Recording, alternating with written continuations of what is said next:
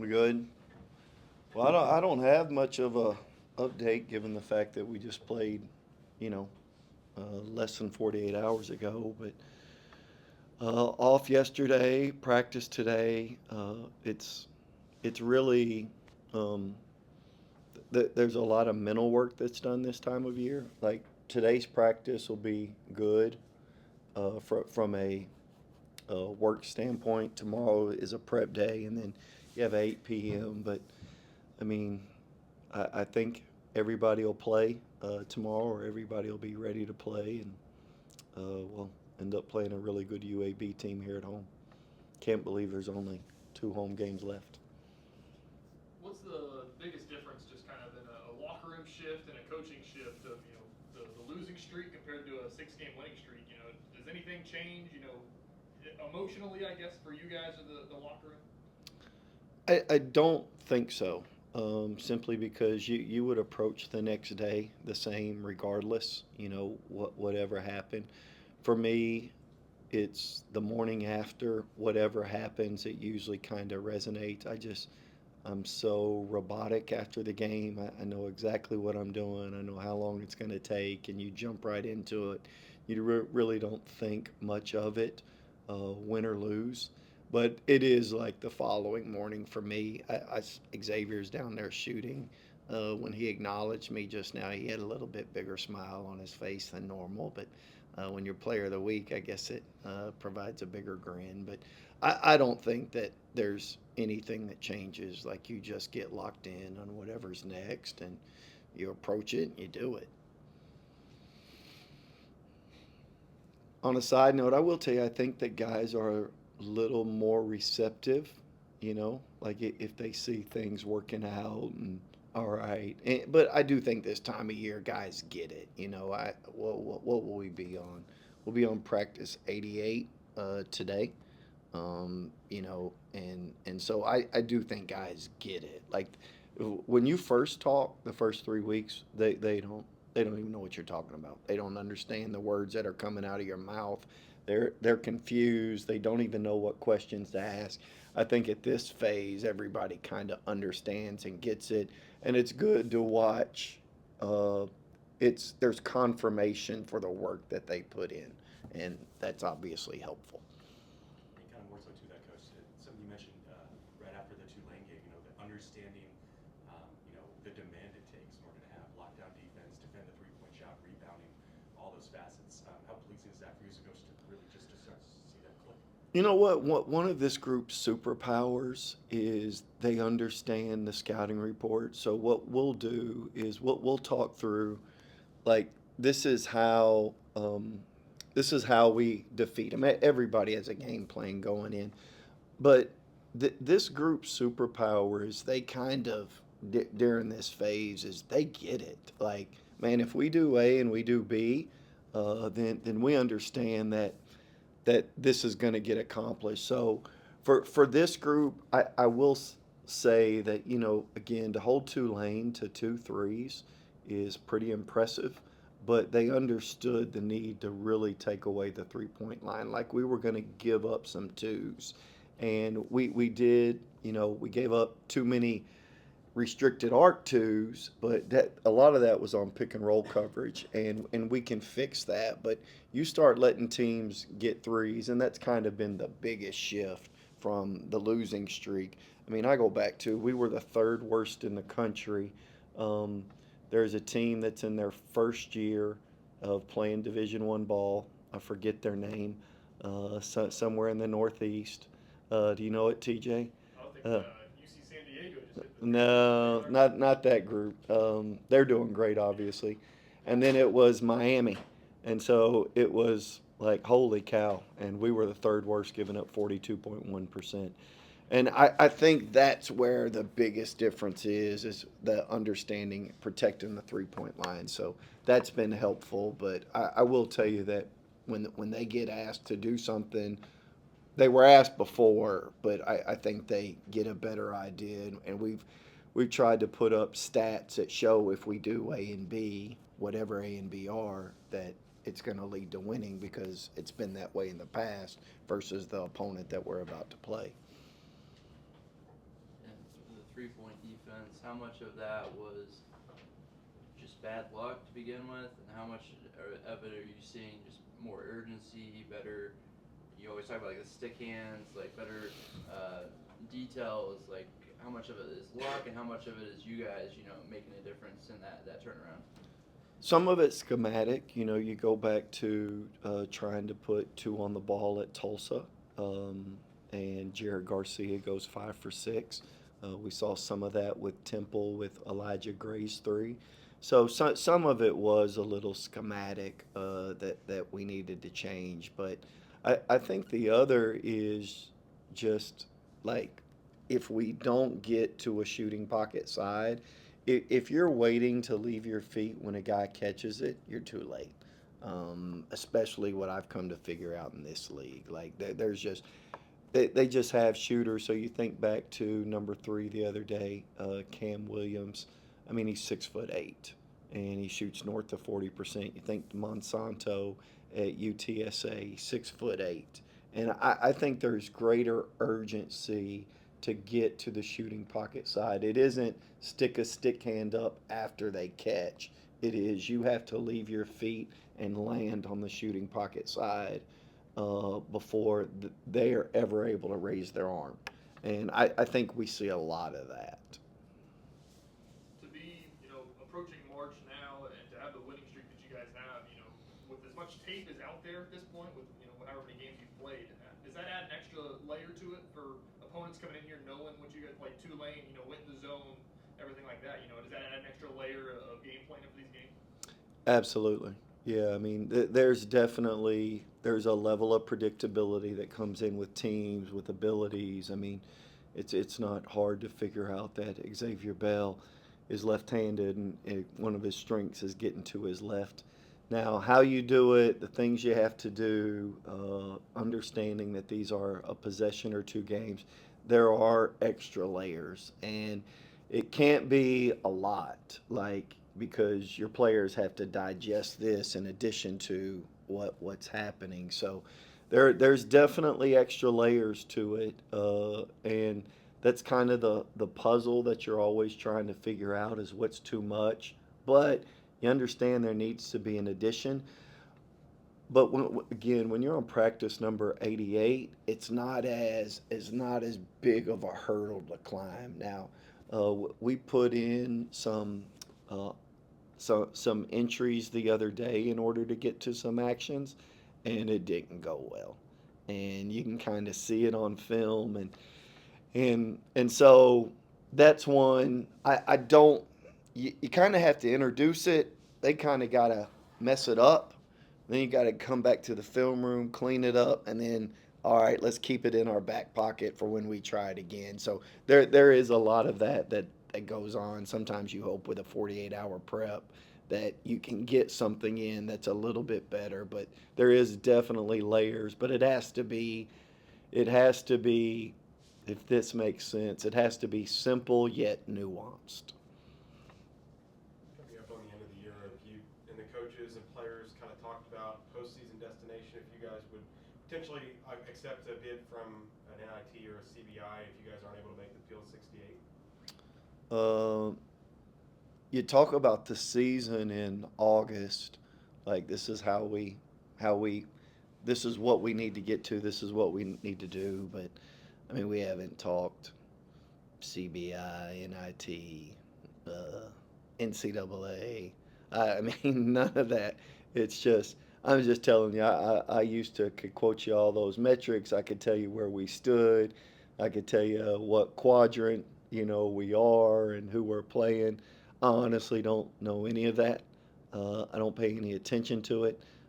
I've just gotten so hyper focused on who's ever next, and that's where my attention. And it wouldn't matter if it was a quad 1 game or if it was a quad 4 game.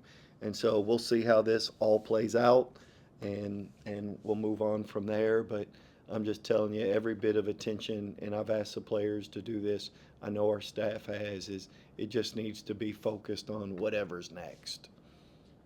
Coach, you mentioned, just to confirm, you mentioned that everyone's going to play. Is that everyone including Justin Hill? The Justin Hill, yeah.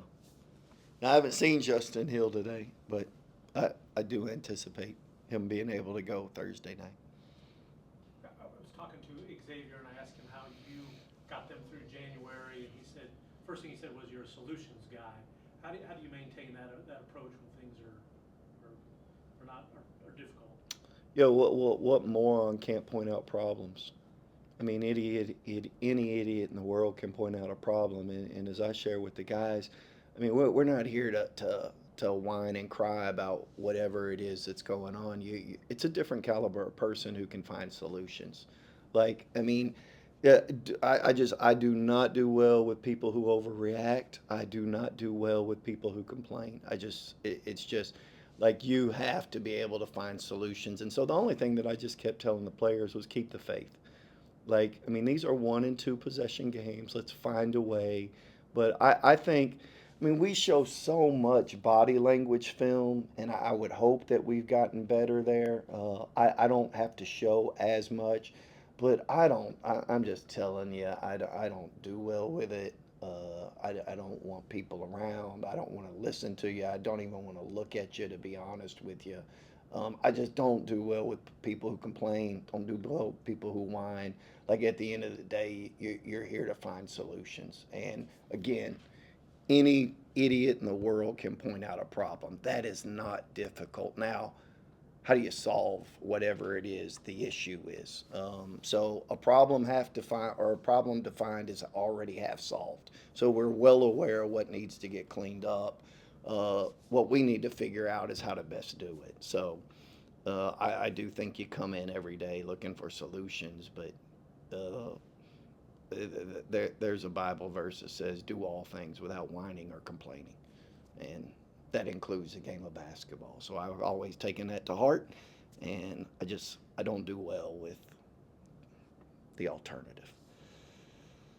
To have potentially have Justin back, this winning streak has included Justin for 10 minutes at FAU or whatever it was.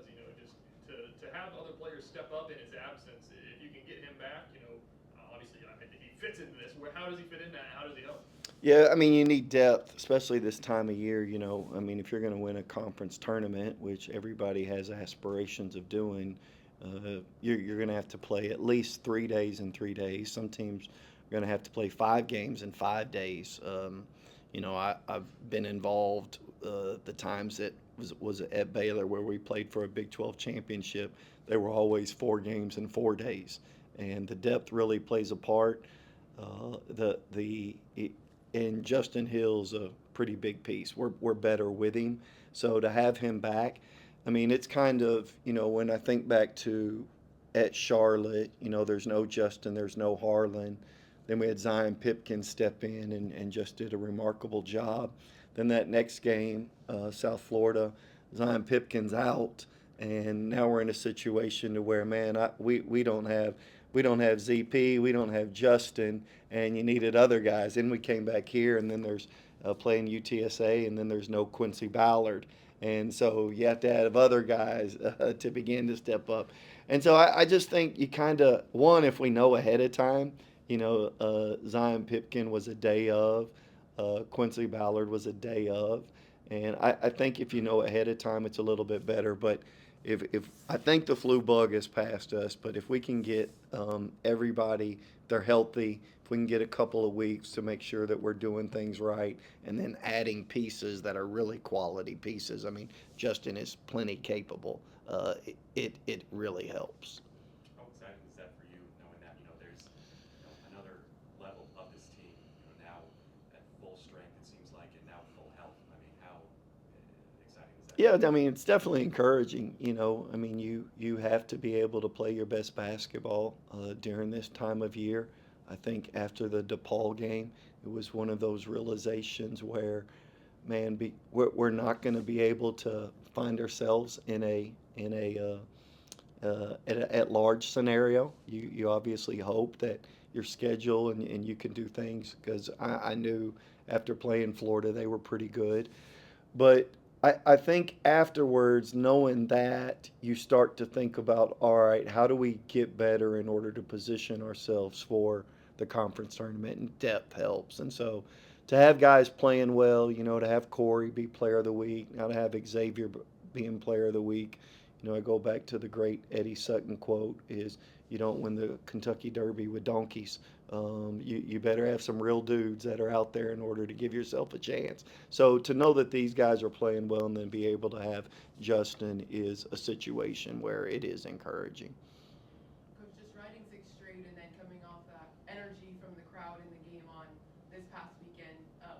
At practice this week, what's the energy from the team like? Do you feel like there's more confidence and excitement to be coming to another one back at home? I haven't seen them, so we were off yesterday.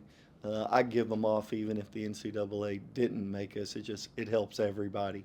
But I haven't seen them, but I do think. I mean, you when you walked in may have seen Xavier down there shooting. This is pretty common. You know, it's not as if this is something new. And we've asked our guys to do that. Is stay consistent with your work. And I think the one thing that this group has done is listen, apply yourself to the work, and they've done that, and you have to prevent distractions.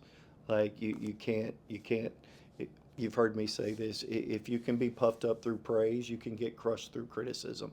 And you have to prevent distractions. You have to be hyper focused on whatever it is you're doing. But I think the winning obviously helps because it's confirmation of their work. It's confirmation of their hands. So we need to trust our work. We need to trust our strengths as we apply ourselves to it. But it's the energy will be good. But I go back to what I shared yesterday. The fun of all of this is at the end of the discipline and execution. And as long as that's maintained, you feel good, win or lose, about because all you ask your guys to do, right, is give your best. And sometimes it's good enough. Unfortunately, sometimes it isn't.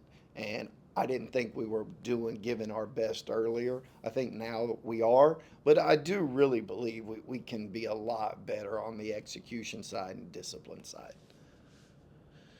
To have a pretty ruckus crowd against Memphis, and it looked like it was pretty good on Sunday. And the student Where were section you? was growing. I was in K-State. Man, all right. Sorry.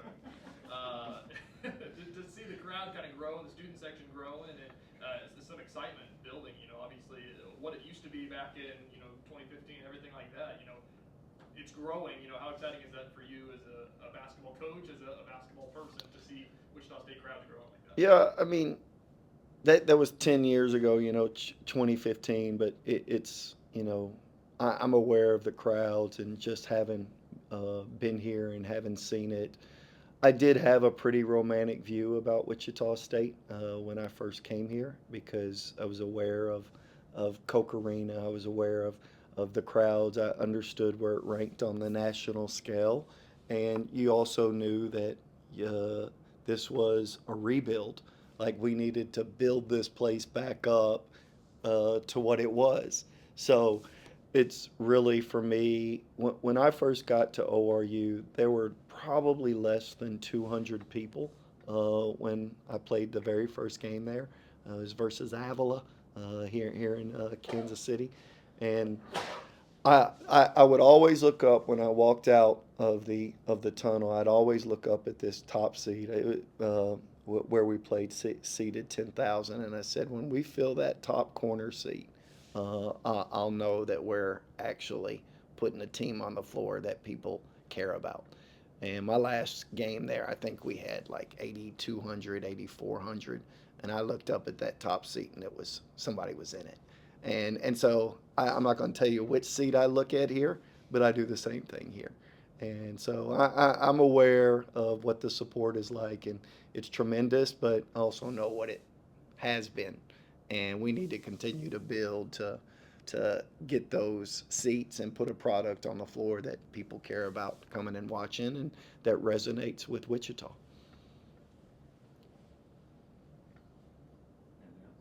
Just real quick on the game on Thursday, just a challenge ahead. They're really good offensive rebounding. Yax is obviously a low down low, so just it seems like strength on strength. Is that going to be a pretty big key? Just how you guys fare in the rebounding battle? I think it's the name of the game. For a team to get 40% of their retrievals inside conference, they're number one at getting them. We're number one at preventing them.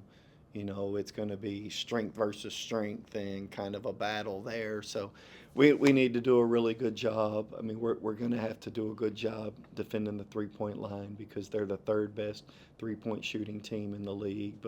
And then we're going to have to they do a tremendous job. Andy's done phenomenal work there. They really take care of the basketball. And so they prevent a lot of challenges in the fact that they extend possessions, they get quality possessions, and they put shooters on the court. So it's a heck of a challenge, and I mean they're top 2 in the league for a reason. Thanks, guys.